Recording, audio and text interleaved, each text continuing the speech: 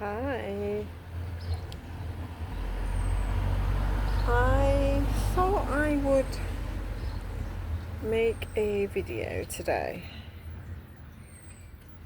on, or maybe a series of videos on, I think, energy. Although the theme may stretch from that. And as I said, it might end up being a series of videos on a few points that have come up from like one single post in a home education group. So excuse the wobbly camera, I'm sat on my doorstep because it's, once we hit spring, it's one of my favourite places to come and think and sit and reflect and muse. So I think the theme is basically going to revolve around energy, but it's probably going to touch on self-care, mum life, family life, unschooling life. But the initial theme is energy and physical energy, but where that plays into spiritual energy or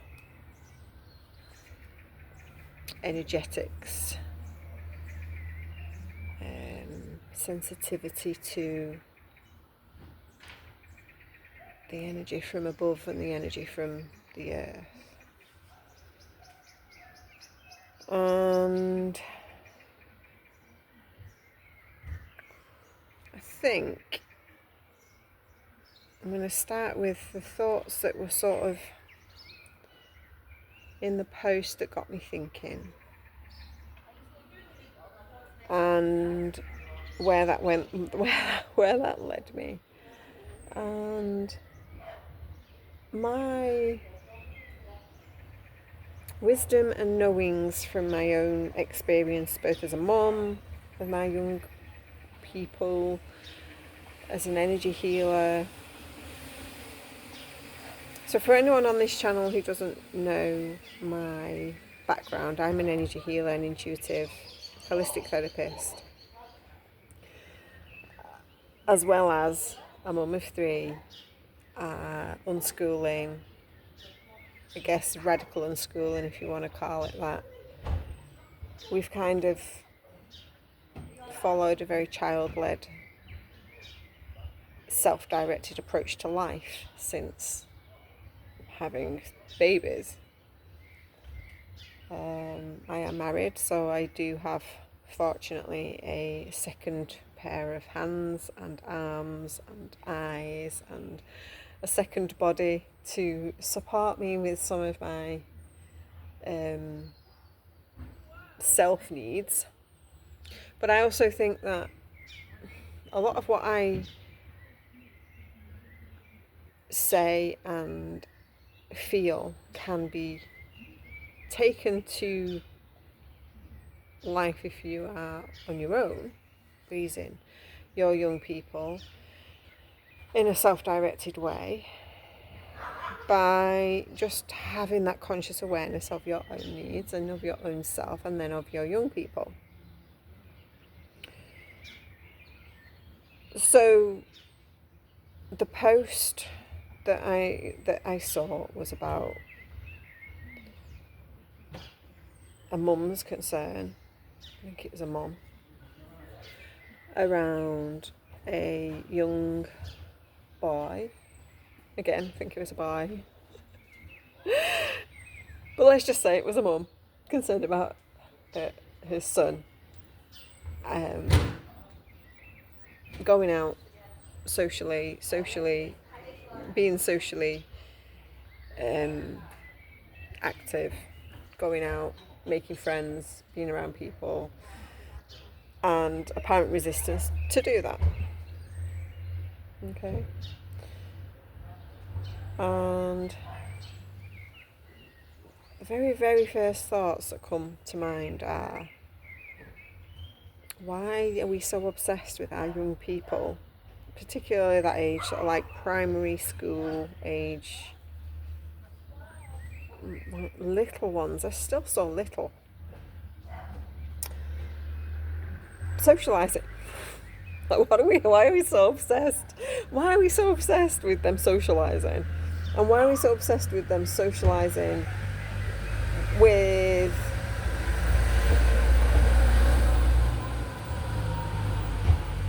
large groups of people, or not even large groups of people, but maybe other youngsters their own age, or yeah, because this is something that still comes up as home educators constantly.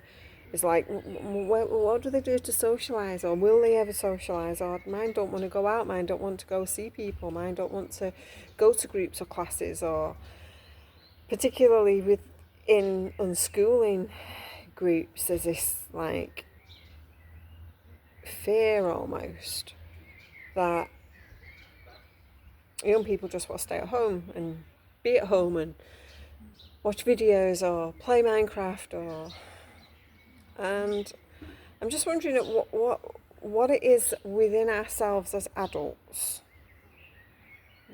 that feels that there's something inherently wrong with young people,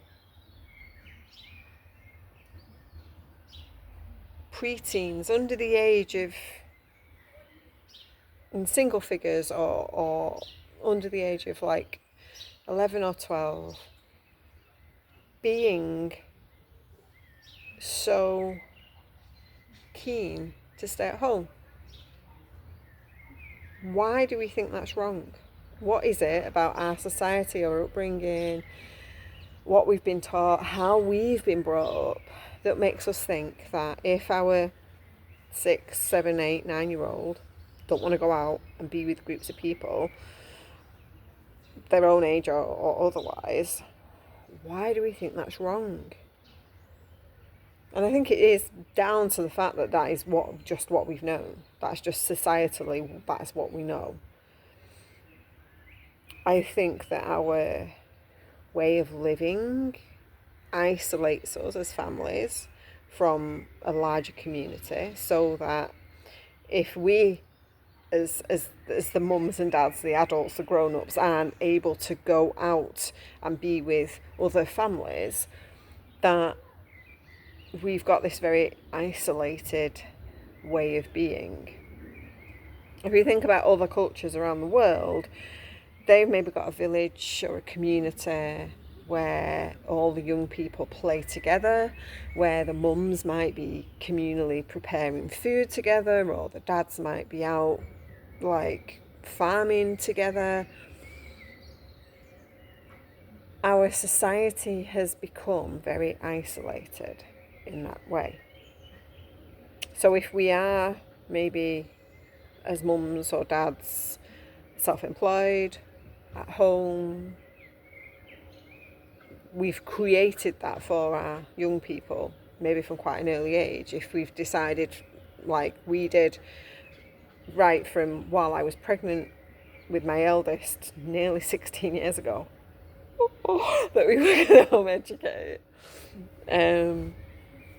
that we just, our ways of living are not necessarily geared towards having a close-knit network, unless you happen to have extended family around or already be part of a sort of like community setup. When we stay home as mums, stay-at-home mums, we tend to be very isolated. And because there's not a lot of encouragement for mums here, particularly, so I'm in the UK, if you've not noticed, I'm within our sort of Western culture, staying at home and being a stay-at-home mum is not actively supported so well. So that's one thing. But another thing that came to mind is, do you as an adult want to go out all the time and socialise with people all the time? Or if you do, maybe you go to work and you have to work with 20 or 30 people in an office building or in a employment setting. Do you enjoy doing that 5 days a week, 4 days a week, maybe even only 2 days a week? Or are you overwhelmed and exhausted by that? Maybe you only work with 5 or 6 people, or maybe you work in a shop and you have constant streams of people coming into you. Are you exhausted and overwhelmed by that? I know when I used to work in a shop and when I used to work in a hospital, I was surrounded by people all the time. I was tired when I'd finished all that. And then I'd go and do other things and also be tired and overwhelmed. And then think I was like there was something wrong with me because all I wanted to do when I was back at home was sleep. Or begin to think that there's something wrong with me mentally, or that I've got agoraphobia or something like that because I can't handle being around people other than being at work, or I get sick. Why do we expect different from children? Why do we expect different from young people? Why do we expect them to not have the same as us? Is it because we were forced to, encouraged to, made to do things that actually went against our energy? We were pushed into these scenarios, vast majority of us. Let's face it, the vast majority of us went to school. How did you feel going to school? Did you try not to go to school? How did you feel when you went to school? Were you overwhelmed? Were you exhausted? Were you then accused of being lazy or being overtired at the weekend, not being able to get you out of bed to go to school? All of those things. When do we stop thinking there's something wrong with the young people and start knowing there's something wrong with society, with our culture, and it's not even our culture, is it? It is society, it's civilization, it's the way that we've come. Because I don't think, culturally speaking, that's normal. When you look at those people who still live in more communal settings in what might be termed developing lands, they're not plagued with the mental health problems that we are, and that ever increasing our young people are. So is it because we're constantly working and forcing almost our young people and ourselves against our energy? And by our energy, I mean the way our energy, as understood in Eastern medicine, the chi, Eastern philosophy, the prana, the chi, the life force energy, as opposed to what we might deem physical energy that makes us feel tired or awake, kilojoules or whatever they want to call it within nutritional circles. Are we working against or actively forcing our chi or our prana to work in a way that's counter to what is natural within us? And I feel like this is so huge, because it's something that we'll have been forced into as young people, that we then just perpetuate through going to work in a climate that we don't want to work in places, buildings, employment that drains us, that makes us feel sick, that makes us feel exhausted, so that then we think we're burnt out, or we think we've got chronic fatigue, or we think there's something wrong with us, or we blame it on neurodiversity, any of those things. And actually it's our chi, it's our inner energy, it's our spirit that's off, that's being forced to be used in a way that's just not beneficial for us and not in alignment with the flow that is coming to us from the planet, from the source, from whatever, however you feel like that energy comes to you.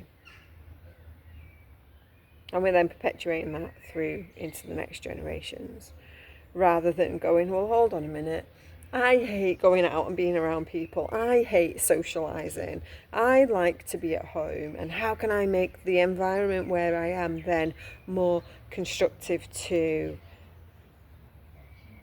education, learning? Like what do I like to do when I'm at home, and how can I make that a learning environment that's what someone outside authority might want to then call educational? And I can promise you, after 15 years of unschooling my own and seeing my nephews who are now like in their 30s, learning through gaming, learning through reading, learning through life, learning through being with my sister as a stay-at-home mum, child minding, and then eventually, once they'd all reached sort of like old enough years, she was then did go out to get outside employment again. But like, the flaw is in society, and what that tells us is normal for our young people to be doing, rather than going within, looking at ourselves, developing this trust and this knowing that actually what's right for me is not what society is telling me is. What's right for me isn't bending over backwards and doing everything that somebody says, or working a 9 to 5, or draining myself of every ounce of physical energy. And as mums, and probably dads too, but I think particularly as mums, just because we're the feminine, you know, if we're assuming that we're the life giver, the bearer of the young people in question, we have that extra sort of biological thing, biological energy, that biological knowing and need within us to give to our young people, give to our offspring, give to those babies that we bore. That we have that need within us to nurture them, and we forget to nurture ourselves, and we forget to listen to our bodies. And so it comes round to one of the other things that came to me was we forget our needs because we're so highly focused on what is right for them and what they should be doing and what they need, and we forget what we need and where we need to be within ourselves. And it's the reason why we're trying to get them to go out, because we need to go out. Is it because we need to socialise? Is it because we're slowly going slightly insane because we've not spoke to another adult for 4 years, 5 years, 8 years? And for me, when I replied to this post, I said, one of the things that over the years I've learned to do with my girls is to tell them I have limits, I have needs, I have like limits with how much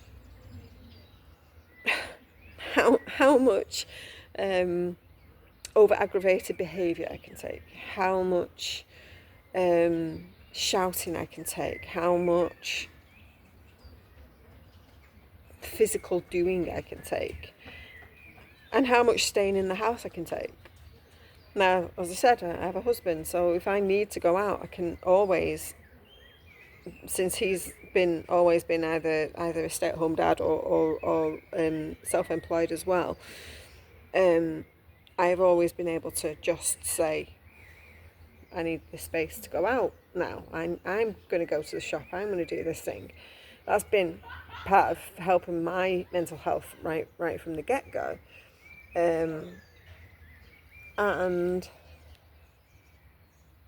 But I think if you're on your own and you've got no support, you've not got a healthy co-parenting relationship, or you've not got a second parental figure to help out, or you've not got other support network, other family to help, or close friends or whatever, then talk to your young people. Talk to them and say, well, look, I need this for me. Because sometimes and this isn't about making them, there is obviously a fine line between when we're getting them to be people pleasing because we're maybe guilt tripping them, and I know this happens within family circles where we can fall into the practices because our parents probably did it to us, guilt tripping us into doing things. So there is a fine line to, do this because I need to, do this because I need you to. And that's where conscious co-creation and open communication are really, really important. So like, what do you want to do? Listen to them. Right, okay, this is what I need to do. This is my thing that I have to do for my well-being. Can we compromise? Can we, can you come out with me down to the park and you sit on the grass and play with your iPad, tablet, play on your phone or whatever, while I go for a run around the track, like role reversal, like how many of us as mums have sat in the park while our kids run around wild, and how many times maybe could we have it working the other way around, where we go, well, I'll tell you what, you come out because you're too young to stay home alone, and you sit on the grass and I can see you while I do a lap of the park on my bike, or keep you in view while I do something for me, or even just go together, maybe kick a football around. Maybe we need to get out of our head that this is how we have to get our space and time out alone, and go with them. I take my youngest out into the forest here quite often, where she wants to go out and do something that's fun and explorative and entertaining for her, and I get to go out and walk in the forest and have some time for me and connect to nature and be earthing and grounding whilst she's, listening for foxes and wolves. And, because she's 9 and that's her imagination and her sense of connection to the planet and nature. And no, we don't have wolves here in the UK, but she's connected to her spirit guides and her animal guides, and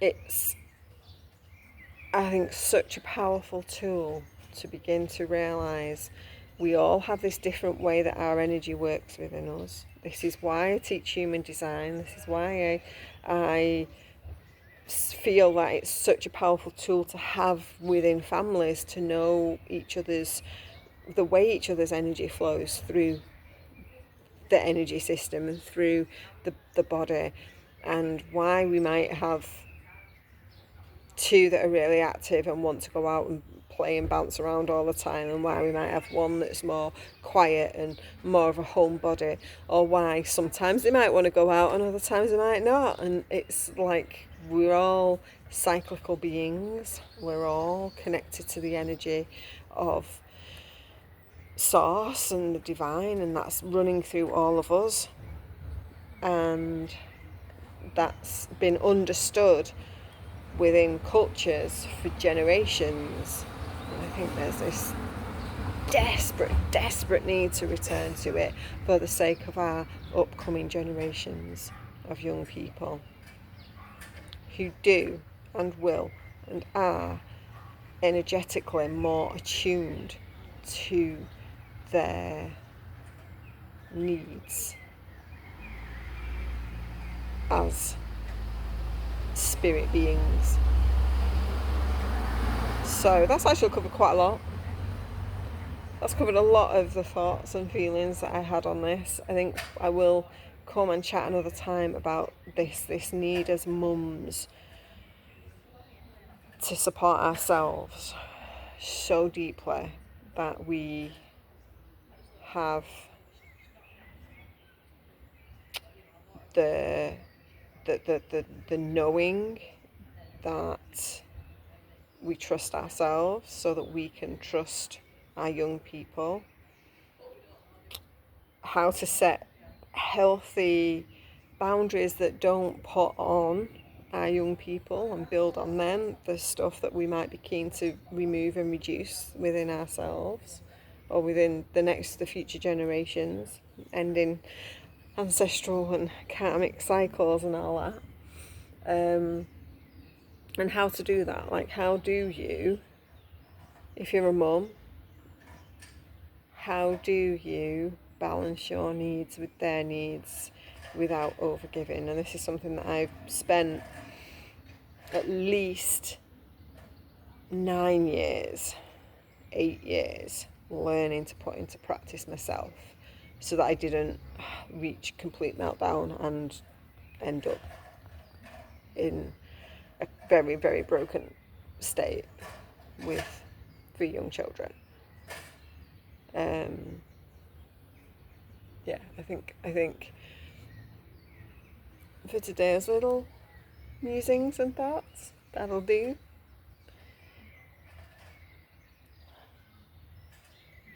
I think knowing that we're all different and knowing that we're all unique and learning to stop looking at the outside world and what they're telling us which is right and wrong and we should and shouldn't be doing for our young people, and start just looking at them individually and their individual needs and ours and how that's different, and where we might have these preconceived, conditioned ideas within us that we're putting on them, and learn that that's how we undo the stories from the past, so that we're not continually perpetuating these cycles of people pleasing and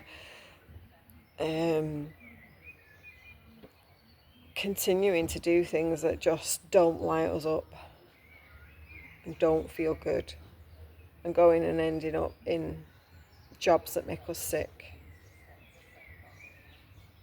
Because that's not, I know that's not what the vast majority of people see for their young people. The vast majority of people want the best for those precious young ones that they have grown and nurtured and brought into the world.